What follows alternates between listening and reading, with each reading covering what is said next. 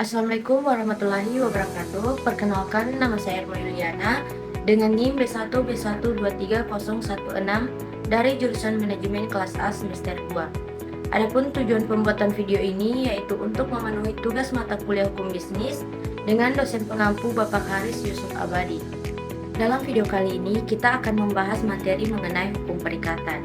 Dalam dunia bisnis sangat penting adanya perikatan karena perikatan memiliki peran penting yang tidak dapat diabaikan. Yang pertama itu, membangun dan menjaga kepercayaan antara pihak-pihak yang terlibat dalam bisnis. Yang kedua, perikatan juga berfungsi sebagai kerangka hukum yang mengatur hubungan antara pihak-pihak yang terlibat dalam bisnis. Nah, untuk lebih lanjut, kita harus mengetahui apa itu perikatan dan perjanjian. Perikatan adalah suatu hubungan hukum yang timbul dari perjanjian antara dua pihak, di mana pihak pertama berhak menuntut suatu dari pihak lain dan pihak lain berkewajiban untuk memenuhi kebutuhan tersebut. Adapun perjanjian yaitu perbuatan dengan mana satu orang atau lebih mengikatkan dirinya kepada satu orang lain atau lebih. Setelah mengetahui apa itu perikatan dan perjanjian, terdapat syarat sah perjanjian yang diatur oleh pasal 1320 KUH Perdata, yaitu pertama, sepakat bagi mereka yang mengikatkan diri. Kedua, kecakapan untuk membuat suatu perikatan. Ketiga, suatu hal tertentu atau objeknya jelas. Yang keempat, suatu sebab yang halal atau kuasa halal tidak bertentangan dengan undang-undang, agama maupun adat istiadat.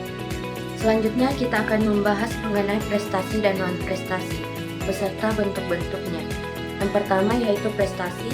Prestasi merupakan kewajiban yang harus dipatuhi dalam sebuah perjanjian ataupun kontrak. Adapun bentuk prestasi dalam kontrak ada 3. Yang pertama, memberikan sesuatu yang mana objek perjanjiannya adalah barang. Yang kedua, berbuat sesuatu, objek perjanjiannya adalah jasa. Dan yang ketiga yaitu tidak berbuat sesuatu atau bersikap pasif, tidak melakukan hal yang dilarang dalam kontrak. Yang kedua yaitu wan prestasi. Wan prestasi adalah tidak melaksanakan apa yang diperjanjikan atau dengan kata lain ada satu pihak yang dirugikan. Adapun bentuk-bentuk wan prestasi yaitu tidak melaksanakan sama sekali apa yang dijanjikan, melaksanakan sesuatu yang dijanjikan tetapi terlambat, melakukan apa yang dijanjikan tetapi tidak seperti yang dijanjikan atau tidak sempurna, dan terakhir melakukan sesuatu yang seharusnya tidak dilaksanakan. Selanjutnya yaitu jenis-jenis perjanjian. Yang pertama, perjanjian sepihak dan perjanjian timbal balik. Perjanjian sepihak adalah perjanjian yang menimbulkan kewajiban pada satu pihak saja, sedangkan pihak lain hanya ada hak.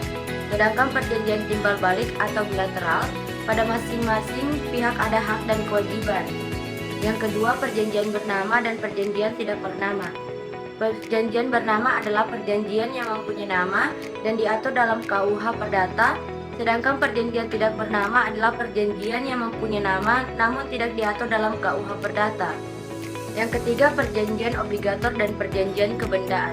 Perjanjian obligator adalah perjanjian yang hanya atau baru meletakkan hak dan kewajiban pada masing-masing pihak dan belum memindahkan hak milik. Untuk memindahkan hak milik diperlukan perjanjian kebendaan yaitu leverage atau penyerahan. Yang keempat, perjanjian konsensual dan real. Perjanjian konsensual adalah perjanjian yang timbul karena kata sepakat para pihak, sedangkan dalam perjanjian real kata sepakat para pihak terjadi bersamaan dengan penyerahan barangnya. Yang kelima, perjanjian cuma-cuma dan perjanjian atas beban.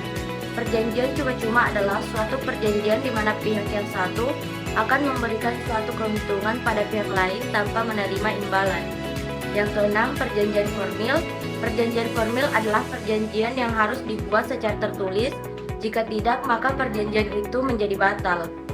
Yang ketujuh yaitu perjanjian campuran atau kontraktus sui generis. Dalam perjanjian ini terdapat unsur-unsur dari perjanjian bernama yang terjalin menjadi satu sedemikian rupa sehingga tidak dapat dipisah-pisahkan sebagai perjanjian yang berdiri sendiri. Yang kedelapan, perjanjian penanggungan. Penanggungan adalah suatu persetujuan di mana pihak ketiga demi kepentingan kreditur mengikatkan diri untuk memenuhi perikatannya. Kesembilan, perjanjian standar atau baku. Terakhir yaitu perjanjian garansi. Perjanjian garansi adalah suatu perjanjian di mana surat A berjanji kepada B bahwa C akan berbuat sesuatu. Materi terakhir yaitu hapusnya perikatan. Perikatan dapat dihapuskan dengan beberapa sebab, yaitu yang pertama, karena pembayaran, kedua, karena penawaran pembayaran tunai diikuti dengan penyimpanan atau penitipan, ketiga, karena pembaruan utang, empat, karena penjumpaaan utang atau kompensasi, lima, karena pencampuran hutang, enam, karena pembebasan hutangnya, ketujuh, karena musnahnya barang yang terhutang, delapan, karena kebatalan atau pembatalan, 9 karena berlakunya syarat batal, dan terakhir yaitu daluarsa. Demikian materi yang dapat saya paparkan mengenai hukum perikatan. Lebih dan kurangnya mohon dimaafkan. Assalamualaikum warahmatullahi wabarakatuh.